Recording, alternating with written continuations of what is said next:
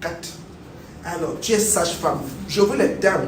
Vous, les sages-femmes qui nous suivez, arrêtez le langage de l'ancien temps.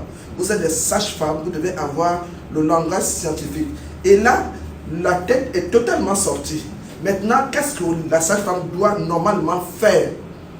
La sage-femme doit utiliser l'index et le major, le mettre sur le cou. On fait ça. Elle arrête. Une fois que la tête est totalement sortie, c'est là où je dis aux étudiants, la sage-femme ne panique pas. Elle regarde la restitution du menton. C'est l'orientation du menton qui va intéresser la sage-femme. Si le dos est à gauche, le menton va roter là, à 7 heures. Si le dos est à droite, le menton va roter à 5 heures. Admettons que le dos soit à gauche, là, le dos est à gauche.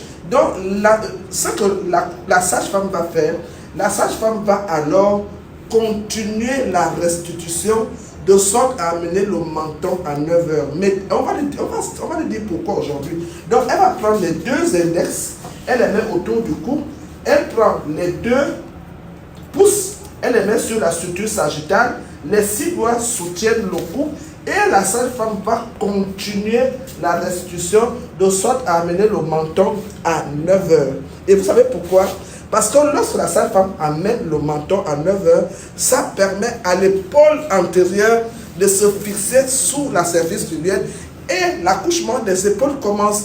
Les 3 accouchements sont interdépendants. L'accouchement de la tête est terminé. Et là maintenant, là. Ici, qu'est-ce que la sage-femme fait maintenant? Tu es à cette étape-là. Qu'est-ce que la sage-femme fait? Dites ce que vous allez faire maintenant.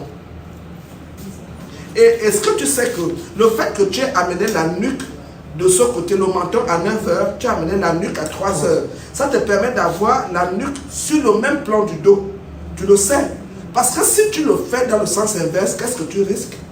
Qu'est-ce qu'elle risque? Non, elle risque de créer à l'enfant une élongation du plexus brachial.